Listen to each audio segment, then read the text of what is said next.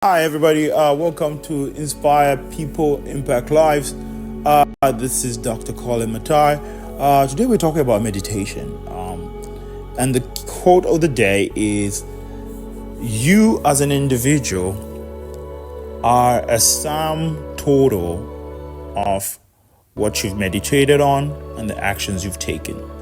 End of quote. In life, we talk about meditation, and meditation is something that's very well known. It's been around for the longest time. You do it, I do it subconsciously. That's how God created us. He created us to meditate. And the other word for meditate is just think intently. Think about something for a long time, frequently, and constantly. That's what meditation is in a nutshell. I know people have tried to glamorize it and make it look like it's something that you have to do in a quiet space, folded with your knees on the ground on a black mat, and quiet in this position of very serious posture. But that's not it. You can do it that way, but that's not what meditation is. Meditation is just your mind focused on a thought, focused on an idea, and thinking about it over and over and over and over and over. And that over and over thinking about forms the person that you are, forms the ideas that you have, forms the lenses that you look at the world in. And that's why meditation is such an important thing. The Bible talks about it. Some of the greatest self-development books talk about it. The Bible says, as a man thinketh, so he becomes, or so he is, in the book of Psalms, I believe. And then you've heard books by Napoleon Hill that talk about think and grow rich. You've heard John Trudeau in his famous book, Your Wish is Your Command. And then you've heard famous books and famous people in The Secret talk about the same concept of visualization, which is another form of meditation. And so why is this subject so important? This subject is so important because it determines how your life is. It determines where you are. The children you have, the house you have, the car you have, the life you're experiencing right now is a total sum of the meditation, the thoughts that you've had. And so let's give an example. If you're thinking thoughts like, well, I'm just an average person. My life is going to be probably middle class. I can never, straight out of college, I'm just going to find a job and work for somebody and grow up the ladder. That's the trajectory your life is.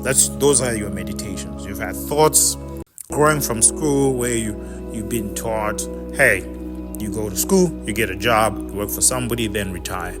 And so you've had those meditations your entire life. You've taken action against those meditations because that's what you've expected in life. Same thing. If you grow up in a family that's wealthy, business owners, entrepreneurial spirit, the mindset will be, in life we own our own businesses, we expand our businesses, we grow our businesses, we work our businesses. Or even if we go to college, we're going to college to gain knowledge so that we can own our businesses. And so you see that pattern perpetuates because that's been the meditation of an individual. Then you have the other side of the pendulum, right? Where, I am John Doe. My family doesn't go to college. We are poor. We nothing amounts. Nothing good ever happens to us. We are country boys. We country girls. Whatever it is, we just stay home, work on the farm, and hope something good happens. Those are the meditations that individuals had, and that, guess what, their life is going to take that same trajectory until they get out of that loop, until they get out of that matrix of thinking that their life is just mediocre existence. And then obviously there's the worst case scenario where I'm going to be homeless, I'm going to work, I'm going to beg my entire life on the streets, and I can never hold a job, I can never have good ideas, I am not smart. And so you see, these meditations are thoughts. And if a person keeps thinking about it, starts taking action against those, towards those types of meditations, and their life starts taking that same trajectory. And you could give examples of billionaires. They have to see themselves beyond a certain point. If you think as a billionaire, you can never be a billionaire, and one day you get $1 billion in your hands because your meditation of your mind, even though something like that out of luck, you win the lottery. Guess what happens? Because your mindset hasn't been renewed, you still have thoughts that take you back to, I am just lower class, or I am middle class. Even if you win $1 billion, those thoughts will bring you back to that level, because your life follows the pattern of your meditation. So that's why you find individuals that have won the lottery, and in a few years back they check back with them and they find that they've spent all the money, they've blown through all the money, and they've gone back to where they were. It's meditation, ladies and gentlemen. Meditation and actions taken based on those meditations is where life culminates. So for your family, for yourself, catch yourself when you're having thoughts that are not in line with what you want to be. When you catch thoughts that are not in line with what you want your children to be, catch them and correct them and say, hey, you can't think like that. Or speak to yourself as well. Speak to yourself and say, hey, you cannot think like that. You're meant for greatness. Genius is inside of you.